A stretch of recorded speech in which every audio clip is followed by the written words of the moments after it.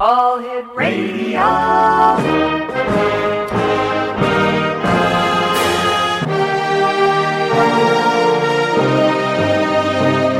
Welcome to the X Zone, a place where fact is fiction and fiction is reality. Now, here's your host, Rob McConnell.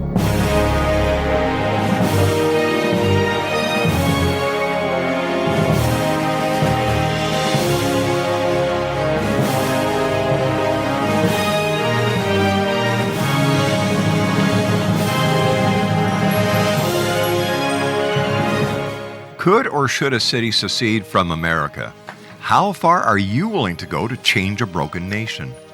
Author Bourhis' novel Revolt, The Secession of Mill Valley asks us all this question. He also asks an even more important question. Can we change a broken nation? His protagonist, Sean Coogan, answers these by daring a small town to walk away from the United States of America in this fast-paced, well-balanced, ripped from the headlines and thought-provoking novel. Sean Coogan, a charming, independent, political malcontent, is convinced that America has become irrevocably mired in big money, greed, and power grabs, and is certain that now is the time to revolt against the destruction of this once great country. Like many across this country, Sean Coogan has simply had enough. A corrupt financial systems, politicians bought and paid for by major corporations, our laws applied against the have-nots, and excessive taxes stolen from the people to pay for the political pork are as un-American as you can get and mocks the founding principles upon which this once great country was built. At least that's how Coogan and his fellow Mill Valley residents see it. And Coogan plans to do something about it now. Believing that no matter who is president, and regardless of political affiliation, we are no longer a country of the people, by the people, for the people. He believes that we have become a nation held in a vice grip by powerful Wall Street interests and corrupt multinational corporations. He thinks most people are too ambivalent, too distracted, and too afraid to do anything about it. Joining me now is the author of Revolt, The Secession of Mill Valley, Mr. Ray Bourhis. Ray, welcome to the X Zone. Great having you with us, and congratulations on a very timely, important book, Revolt. Well, thank you. Thank you very much, Rob. It's a pleasure to be on your show. You know, Ray, you and I were talking briefly before we went to air. I'm from Montreal. In 1970, we had the October crisis when the Front de Libération du Québec wanted to push the Canadian government into allowing Quebec to separate. They did this by, first of all, kidnapping James Cross. One of the British High Commissioners in Montreal from his home in Westmount. And then they even went so far as to kidnap one of the members of the Bourhis government, Pierre Laporte, who was number 2 in the party, and they ended up killing him. Now the government under Pierre Elliott Trudeau enacted the War Measures Act. The army was on the streets of Montreal. Police could arrest without warrant and detain without charge. But here we are in the year 2014. Quebec is still part of Canada. Today they're having a provincial election in which the Premier of Quebec, Pauline Marois, says that if she gets reelected, she will do what she can to have Quebec separate from Canada. So here we are looking at what is happening in North America, and then when we cross the Great Pond, we see what happened in Crimea. What's going on, in your opinion? Well, I should start by saying that it certainly is not my intention that my book, which is a political satire, is kind of a Woody Allen story about what if. But it's not a call to arms. It certainly is not a suggestion of any kind of violence or kidnapping or any Definitely. Business. It's pretty funny. Everybody that seems to be evaluating it has given me high grades, 4 and 5 stars, which I'm very happy to see, so that people get it. That being said, truth is stranger than fiction, and I think political humor probably is more powerful than in many ways than political punditry. So the idea is, and I would point to the most recent example of this is, I've forgotten the guy's name, but there's a surgeon in Egypt who was profiled on 60 Minutes recently, who is taking on the military dictatorship with humor, and it's devastating, much more powerful than if he were just being, standing up on a soapbox. So, we all remember Sarah Palin's, Tina Fey's rendition of Sarah Palin, on and on and on. Saturday Night Live has been doing this for many years. So the hope is that that kind of humor that pokes fun at the things that are going on is going to resonate as much and have as much of an impact, perhaps, as what has happened when people have been embarrassed in public office by sexual escapades of one kind or another and been run out of office as a result of that. Perhaps most recently, in New York State. Mm-hmm. So now, Ray, we've got to take a 2-minute commercial break. Please stand by. Exonation Ray Bourhis is our special guest. His website is raybourhisauthor.com, and the name of his book is Revolt, the Secession of Mill Valley. I'll be back on the other side of this commercial break with Ray Bourhis as we continue here in the X Zone with yours truly, Rob McConnell. Don't go away.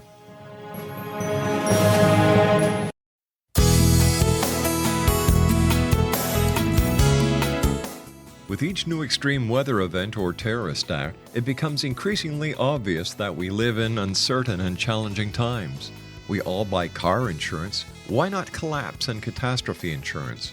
Matthew Stein, an MIT-trained engineer and green builder, has written 2 outstanding books to help people prepare, plan for, and deal with everything from minor situations lasting a few days to full-on collapse.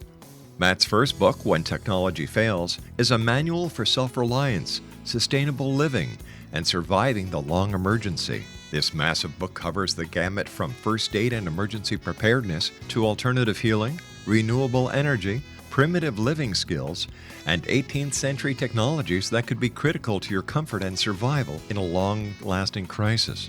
Matt's second book, When Disaster Strikes, is a comprehensive emergency preparedness handbook and survival guide.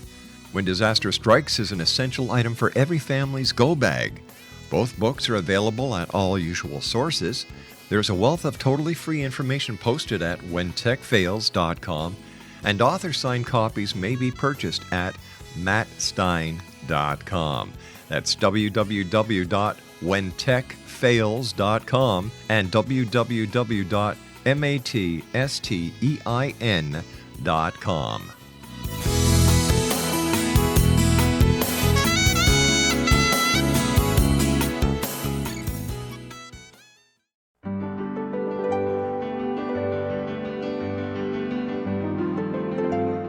Named one of the world's greatest psychics, Elizabeth Joyce is now giving readings worldwide via Skype. Elizabeth Joyce is recognized for her clairvoyant ability to help find missing persons, her analysis of dreams, past life regression work, mediumship, and her accurate predictions. Elizabeth has been a frequent guest on the X Zone radio show with yours truly, Rob McConnell, now for several years. For an appointment with Elizabeth Joyce, call 201-934-8986 or Skype at elizabeth.joyce. And for more information, you can always visit Elizabeth Joyce online at www.new-visions.com.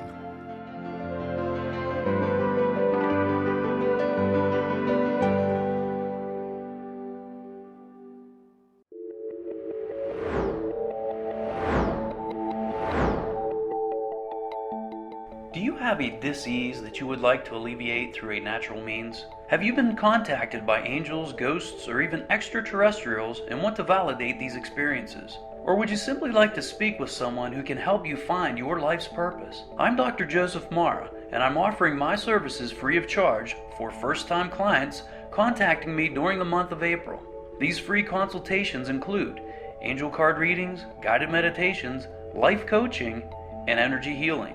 If you have always wanted to explore these types of experiences but were skeptical or simply could not afford them, then take advantage of this free special offer. Contact me through my website, a guiding light spelled LITE.com to schedule your consultation today. Until then, I offer you love, light, and laughter.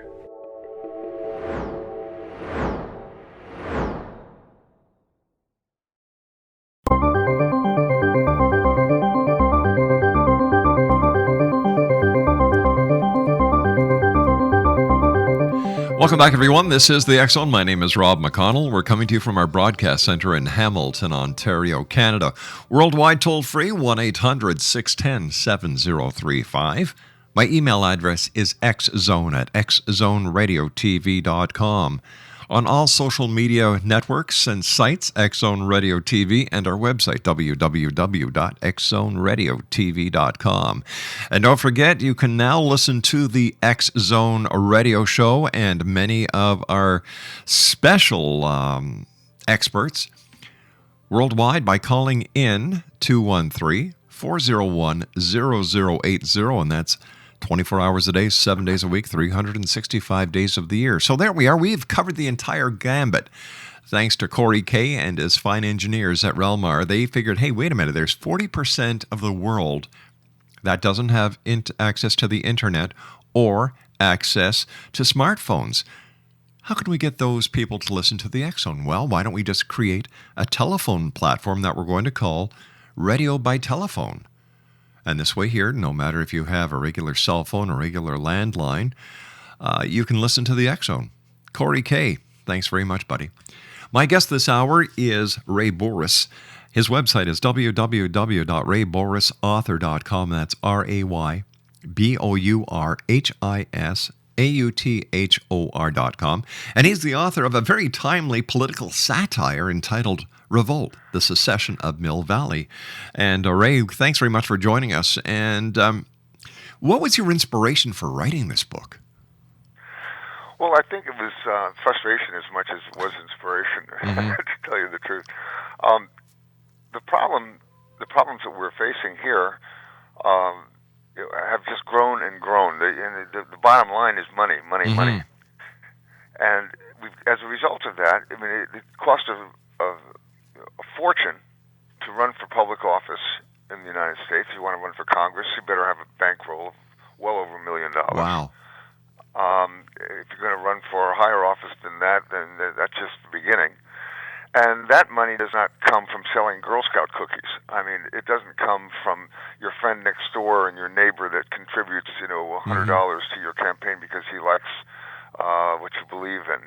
It comes from mega corporations, from big oil, big banks, big insurance companies, big manufacturers, big pharmaceutical companies, big everything, big lobbyists.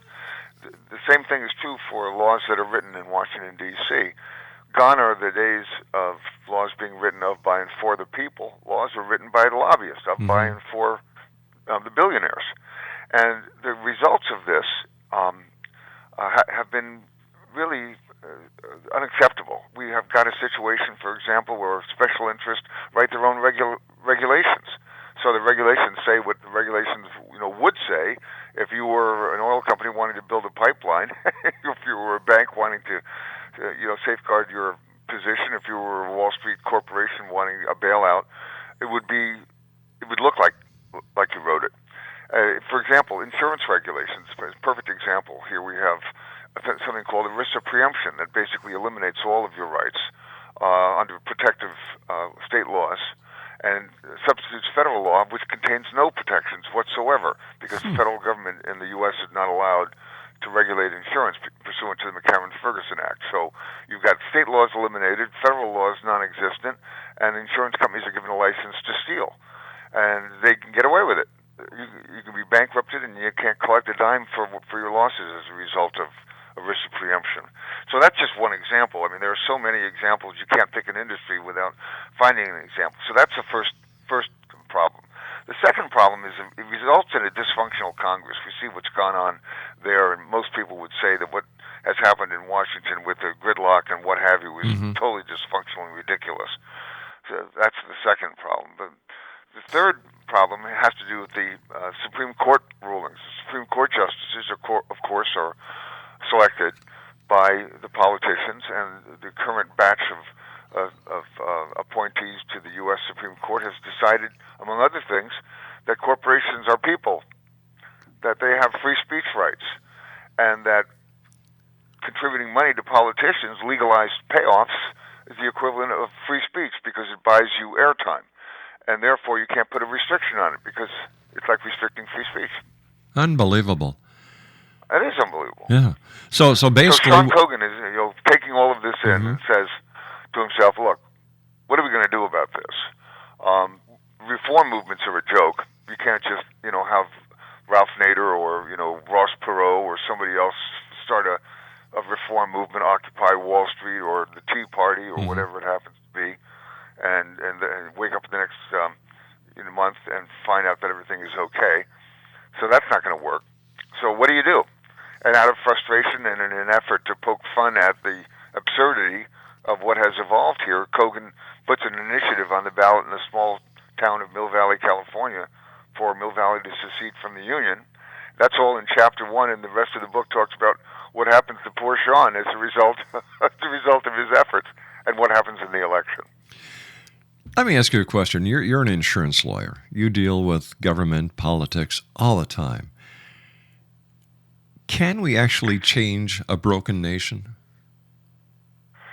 Well, yes, I think we can. I mean, obviously, Mr. Weiner in New York got bounced out of office. Yeah. We can all remember, the toe tapper, in Washington D.C. and the way back to there's a long line of people. Elliot Spitzer, who was a serious public official for many years. He was the thorn in the side of Wall Street for a better part of a decade, and now he's just a laughing stock. Mm-hmm. So the issue is not whether or not people can toss folks out of office. The issue is whether or not they understand why they need to be tossed out besides for sexual escapades. In France, we had the president of the country involved in an embarrassing sexual activity. He's still in office, but if someone were taking money for legalized payoffs in France, they would be tossed out of office. And the same thing is true for many countries. People take payoffs much more seriously than they do sexual dalliances. I'm not suggesting that we ignore sexual dalliances. I'm suggesting that legalized payoffs are even more serious than that. And so if it's if it gets to the point where people start to realize just how much our government has been affected. I'm sorry? Yeah, no, I often wonder, Ray, why people forget that it's we the people instead of just buckling to I the person. People have the power to make the changes when they really want to, but is society so complacent that we've given too much authority, too much respect to politics that we think that we can't do anything about it and that we have to go with the status quo, whatever the politicians want, whatever the lobbyist wants, they get? I think so. I think it's partially that and partially, you can't fight City Hall. There are all kinds of cliches about the subject, and it's true. People figure that the big dollars are going to control whatever it is that goes on, and they accept that because they feel there's nothing they can do about it. So it's a question of empowerment more than it is anything else. And maybe the internet is going to really start to change some of that.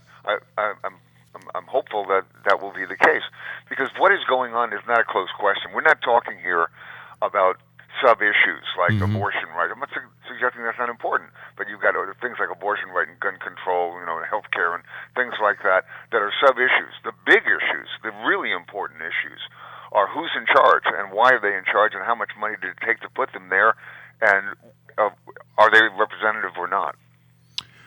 Exonation, Ray Bourhis is our special guest this hour. He's the author of Revolt, The Secession of Mill Valley. His website is www.raybourhisauthor.com. Ray, you must have done a lot of research about the process of secession for your book. Do you really think that secession is possible, especially in a non-violent manner? Well,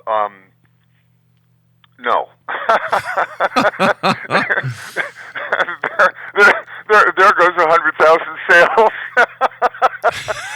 Sorry about that. I'm sorry. I wish you hadn't asked me that question. I have to say no because...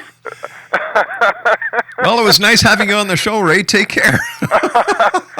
Now I'm back to suing insurance companies, you know. I kind of have to say I hope not. Yeah. I hope it really doesn't come to that. It's scary when you look at what has gone on in so many places in the world, in Spain, and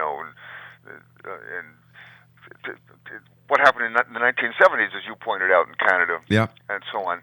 If people get so frustrated that they just feel like they have to do something drastic, that's not what democratic government is supposed to be about. What it's supposed to be about is the power of the vote. What it's supposed to be about is an educated citizenry that pays attention to what's going on, or at least some attention. And that's asking a lot these days. People have families to raise. They have things to do. They've got their kids that they're concerned about.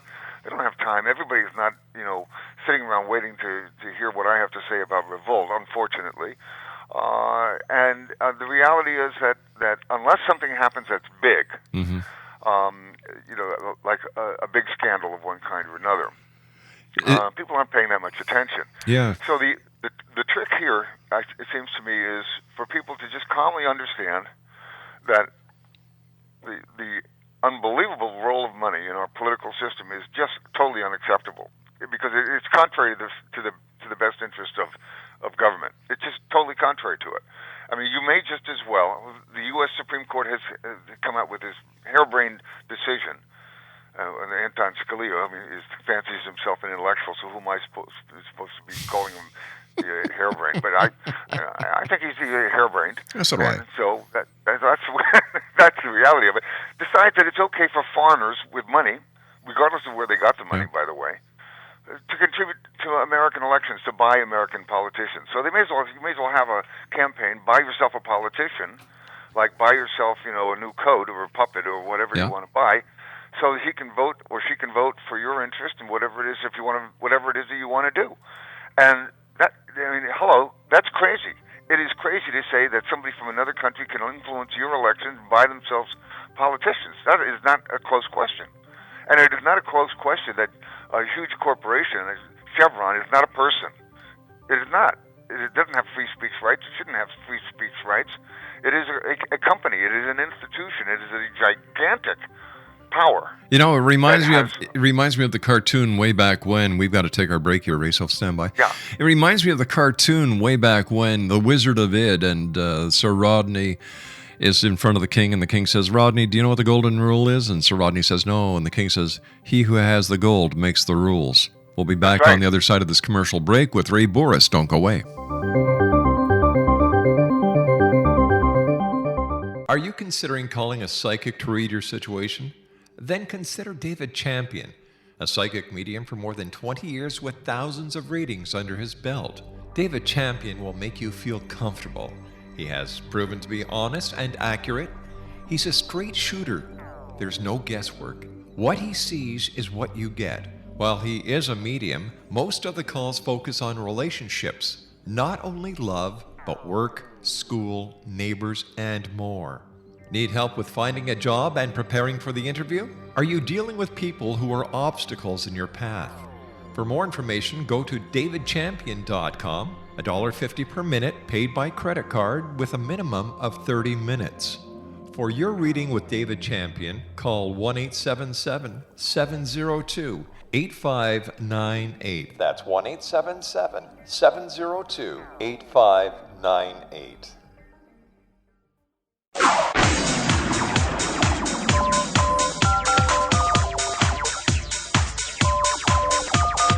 Now you can dial in to listen to the X-Zone Radio Show from anywhere in the world with Rob McConnell 24/7, 365 by dialing 213-401-0080. That's 213-401-0080. If you have a mobile phone or landline, the X-Zone Radio Show with Rob McConnell is now at your beck and call at 213-401-0080. That's 213-401-0080, 24/7, 365.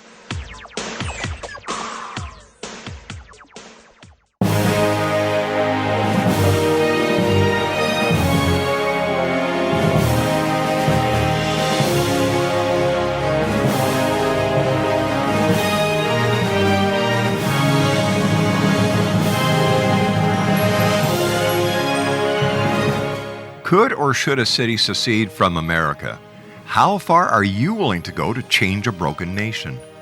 Author Bourhis' novel Revolt, The Secession of Mill Valley asks us all this question. He also asks an even more important question. Can we change a broken nation?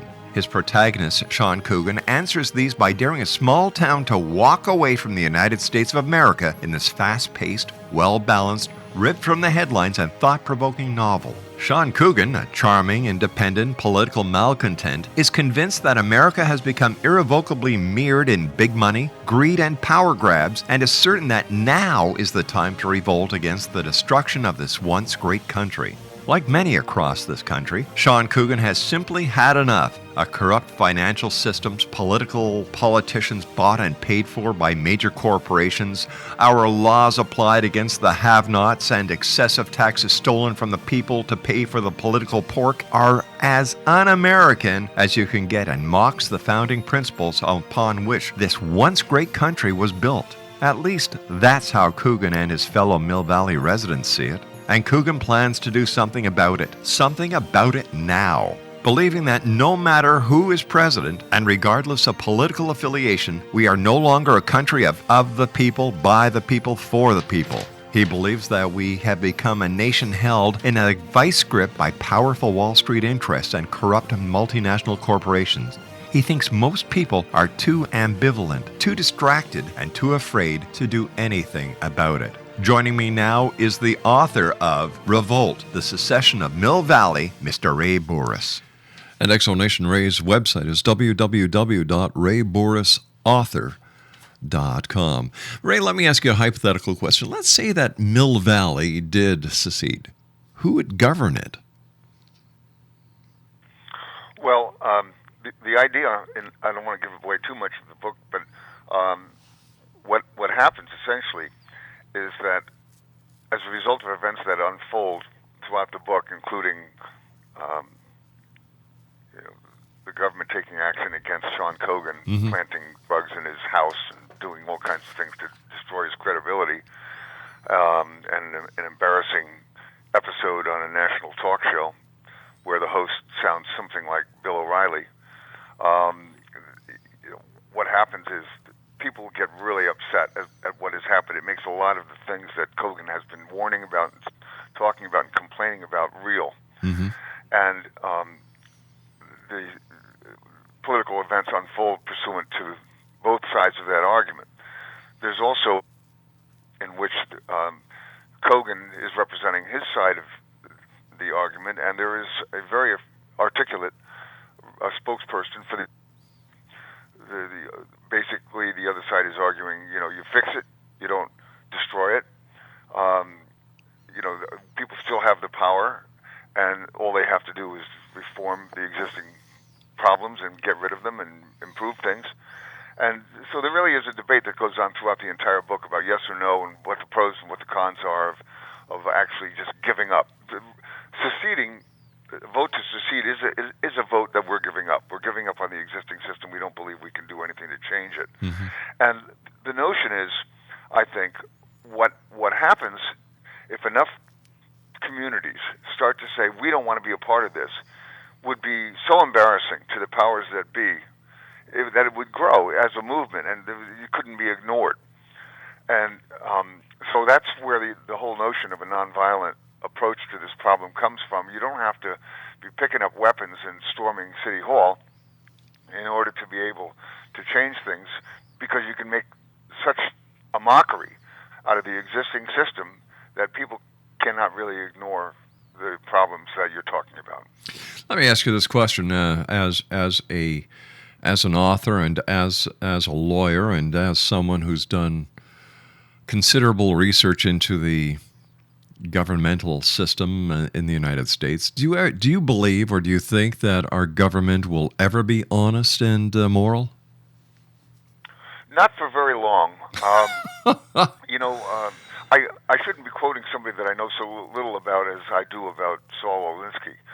But from what I understand in general of his philosophy is that every 7 years you got to have a massive change, because by the time you change things and they evolve over 7 years, the powers that be will manage to take over control control, and whoever the people are who are running the new system will themselves need to be replaced, because time breeds the kind of problems that we're talking about here. And when you look around with the leadership of organizations, for example, whether you're talking about a corporate organization or a labor union or anything else, there tends to be a lot of truth to that, I think. Even organized religions become eventually very different than what the purpose was for them to have been launched in the first place. So, the poobahs that take things over tend to be of the same ilk, regardless of the organization that you're talking about. I think that any change is going to have people are going to have to change it again and again and again in order to keep it current with what the realities are. So how do we as a society protect ourselves against corrupt politicians and crooked CEOs? Well, that's what the founding fathers and America does not have a hammerlock on this concept. It was just a reflection of what many people felt all over the world, many different countries and different systems, and that is that you ought to be able to make those kinds of changes every 6 or 7 or 10 years at the ballot box. You should be able to say, okay, assuming that you have an interested populace, and people who are paying attention, that when they get sick and tired of people becoming too ingrained and too powerful, they change it. They switch them around. And I think that's what the idea of term limits was about as well. You put up with it for a little while, and then you give them the walking papers, and you start with a different group of people. There are pros and cons of arguments like that, but the bottom line is that the notion was a government of, by, and for the people. Yeah. I can't say it any better than that. That's what it's supposed to be. And that's not what it is. It's not even close to that. It's a government of, by, and for the people who have more money than you can imagine. And people talk about $1 billion like it's just like a couple of million. $1 billion is a lot of money, and you can't even imagine what it would look like stacked up on a. You wouldn't even be able to stack it up on a table. You have to stack it up on the floor. It's such a powerful tool for people who are interested in controlling things. You've got lobbyists in Washington. I'm sorry? Nothing. I'm listening to you with intent. Oh, you have lobbyists in Washington that go from fundraiser to fundraiser. Mm-hmm. I mean, how would you like to do that for a living? Okay, what are you going to be when you grow up? Well, I think I'm going to go to fundraisers. And that's what they do. Yeah. They go from one fundraiser to the next, $10,000 a person, $20,000 a person, $5,000 a person, whatever it is, and they just dole out this money, and so that when they pick up the telephone and they call their favorite member of Congress, the guy will answer the phone. So, is that supposed to be a government of, by, and for the people? Yeah. Is there anything that remotely resembles that concept associated with that kind of money? No. Speaking about money and government, last year when the government went into a shutdown mode? Do you see this happening again and again and again? No, I think even Congress is able to learn something. Not much, but something. And I think that the lessons that resulted from that situation probably will not be repeated in the near future. It'll probably take a while before it happens again. Yeah, that was pretty scary watching a government shut down. And what does this say to the rest of the world who watches the United States? If China or other countries were to pull their demand notes, the country would be bankrupt in no time flat. Yeah, well, I mean, I certainly wouldn't want to be accused of using China as an example of democracy. Yeah, that's true.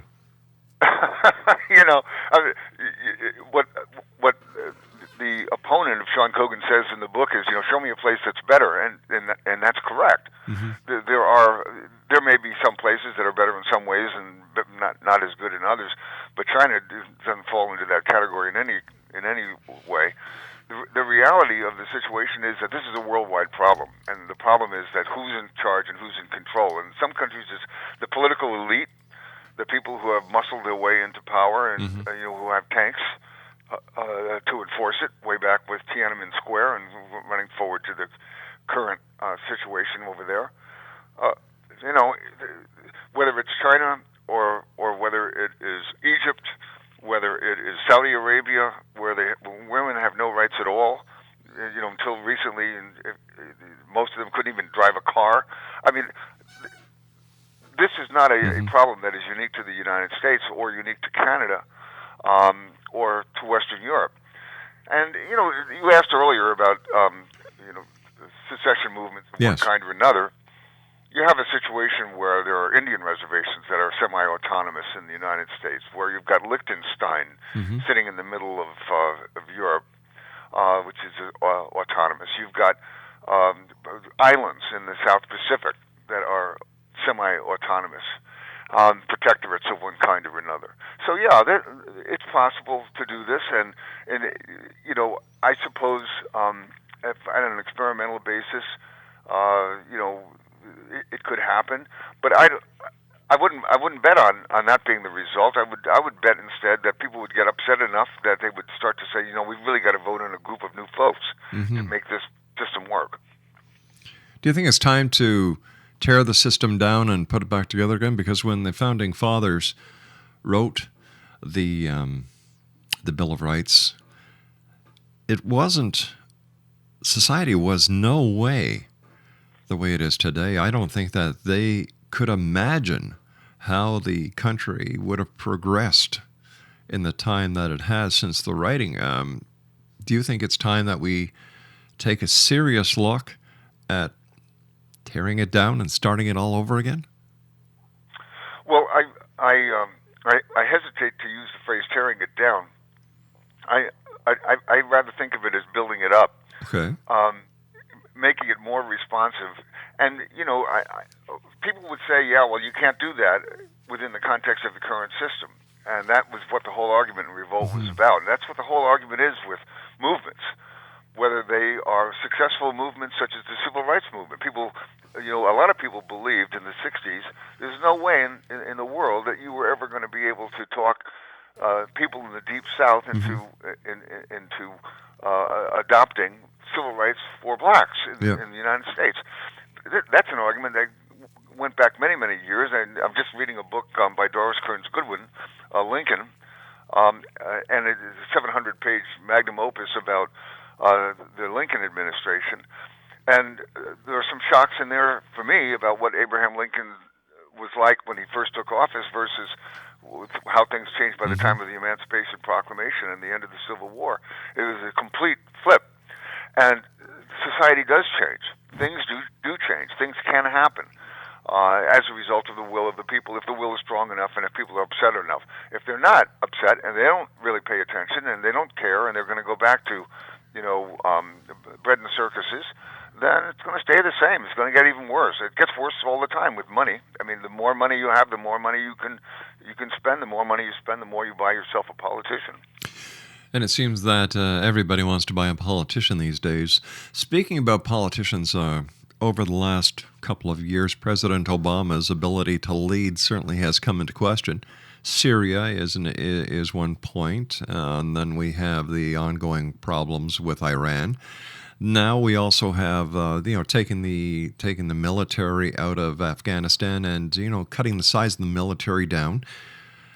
How he interacts with other world leaders who are warriors, and specifically I'm thinking of how when you look at the conflict or the political tensions between the United States and Russia, you've got President Obama, who's a politician, going off against President Putin, who's a warrior. How does this make the United States look in the eye of the world in the world theater? You know, I suppose there are as many answers to that as there are people of different political persuasions. You know, I certainly don't envy President Obama in having to juggle the things that he has to juggle. When, as you point out, you got Putin on the one hand, and certainly you've got the balancing act with regard to, you know, China. You've got conflicting issues. You've got economic issues versus military issues, and so on. this is not easy. I mean, people used to talk about how in the old days you had crazy relationships that went on. Chiang Kai-shek, Syngman Rhee in Korea. I mean, people were allies of the United States. Look at Saudi Arabia, which I mentioned earlier. Yes. How do you justify, hanging out and being friends with countries that don't allow women to drive, and don't allow them to step out of line? Hey, how do you justify that in the context of running around preaching about democracy and self-determination? That is not justifiable. But you have to do it because that's where the oil comes from. Exactly. And so you have all of these conflicting realities, that are political realities that you just have to deal with, I suppose. I don't know. This doesn't go into that so much as it does into just the simpler question of whether our government is responsive to the American people or not. All right, stand by. Ray, you and I have to take our final break for this hour. Exonation Ray Bourhis is our special guest. Ray is the author of Revolt, The Secession of Mill Valley. His website is www.raybourhisauthor.com, and Ray's book, Revolt, The Secession of Mill Valley, is available online at Amazon.com, as well as the other books that he's written, and also in brick-and-mortar stores. And if they don't have it, they'll order it for you. I'll be back on the other side of this break with Ray Bourhis. Don't go away.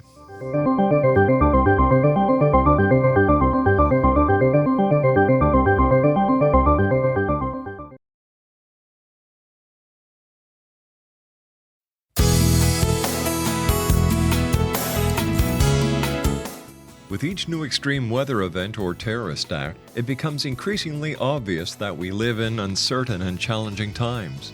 We all buy car insurance. Why not collapse and catastrophe insurance?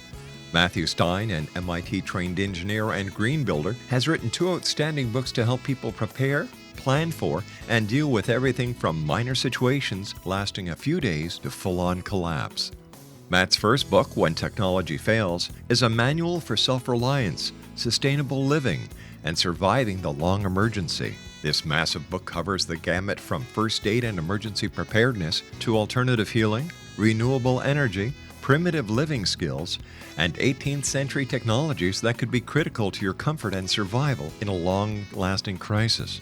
Matt's second book, When Disaster Strikes, is a comprehensive emergency preparedness handbook and survival guide. When Disaster Strikes is an essential item for every family's go bag. Both books are available at all usual sources. There's a wealth of totally free information posted at whentechfails.com, and author-signed copies may be purchased at mattstein.com. That's www.whentechfails.com and www.mattstein.com.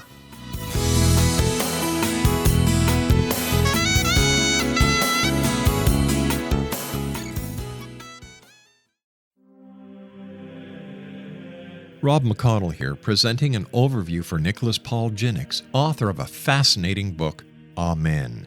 It presents facts revealed by Egyptologists, facts that enable us to understand why Amen is the beginning of creation of God. It provides recommendations for religious leaders of the major religions to unify their beliefs and teach the Word of God. Love one another. Amen informs people how mankind conceived God.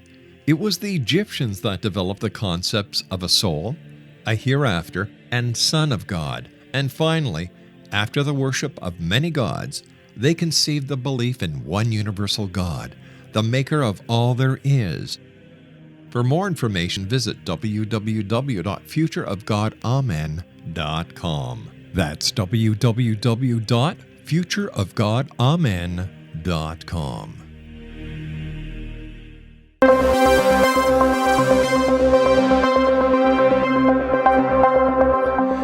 Exonation, Ray Bourhis is our guest this hour, www.raybourhisauthor.com, and once again, that's RAYBOURHIS, author.com. REL-MAR.com. He's the author of Revolt, the Secession of Mill Valley. And Ray, I want to thank you so much for joining us. It's been a delight talking to you, and I wish you much success with your book, your endeavors in your professional life as an insurance lawyer. Speaking about insurance, I have to ask you this. I really have to. What's your take on Obamacare? You're not gonna give me a lot of slack, are you? I try not to. Well, okay. I'll tell you. The bottom line is, okay. I believe that everyone is entitled to health care as a basic human right. I agree. You cannot have a situation where some poor person has got cancer and they can't get treatment for it. That is absolutely unacceptable in a civilized country. Now, whether or not that should translate into putting the insurance companies in charge of it is a different question entirely. I believe that the people that should be in charge of the healthcare system are healthcare providers, doctors, hospitals, people who know and live in that world, that they shouldn't be the victims of a system. And what we've got in order to, it's the same old problem. So exactly what we're talking about in Revolt. In order to get it through Congress, what do you have to do? You have to get your lobbyists lined up, and that's it. So that's Obamacare is like a horse built by committee. It doesn't look much like a horse, and so that's one of the problems. Another big problem is that Obamacare did not do anything to cure ERISA preemption, which is a license for insurance companies to steal benefits from people and not to pay benefits that they owe. It's absolutely horrible, and it's a problem that preceded Obamacare, and now it's going to be multiplied by all of those individuals who are going to go out and get insurance in the workplace. All of that being said, it's better than what we had before. See, up here in Canada, especially in Ontario, where I live, we have OHIP. It's a provincial health care. You need to see a doctor, the government takes care of it. You need an operation, the government takes care of it. It comes out of your taxes, and whether you are working, whether you're on welfare, whether you're disabled, you're taken care of. And I think that's the way it should be around the world. Yeah, I mean, that's the way our defense is. Yeah. You run around, selling cakes to fund the Defense Department. You don't have people that can opt out of that system. So, I mean, I agree with you. But I have to just say one thing. When you say that I'm an insurance lawyer, I would like to make clear that I'm an insurance lawyer on behalf of policyholders. I never have represented an insurance company. Well, if you had been, we wouldn't have you on the show. I wouldn't be on me. I'd be writing a book called Nevermind. Hey, Ray, we're nearly at the end. First of all, like I said before, it's been great having you on the show. I wish you much success. And I would love to have you back on in the future to further discuss politics and further discuss Revolt, the Secession of Mill Valley. Well, thank you very much. It was a pleasure talking to you, and I'm very grateful that you had me on your show. You've got a wonderful program, and you're doing a wonderful thing. That's where the First Amendment really stops, is with what you do for a living. Oh, God bless you, Ray. You've got another couple of books we noticed on Amazon. What other books do you have? I've got one that's coming out. It's in the hands of reviewers right now, so it's not going to come out and be available until June, called Preemption. It's about what we talked about, a license to steal your medical and long-term disability benefits. That's the other one that's out there right now. Ray Bourhis, take care of yourself, my friend. Keep up the great work, and we look forward to speaking to you again in the future. Thank you. I hope your listeners get a kick out of Revolt, and I take back the part about losing 100,000 copies. Take care of yourself, Ray. Great talking to you. Okay. Exonation, Ray Bourhis has been our very special guest this hour. www.raybourhisauthor.com. What a guy. He's the author of Revolt, the Secession of Mill Valley. We'll be back on the other side of this commercial break as we continue from our broadcast center in Hamilton, Ontario, Canada, here in the X Zone with yours truly, Rob McConnell.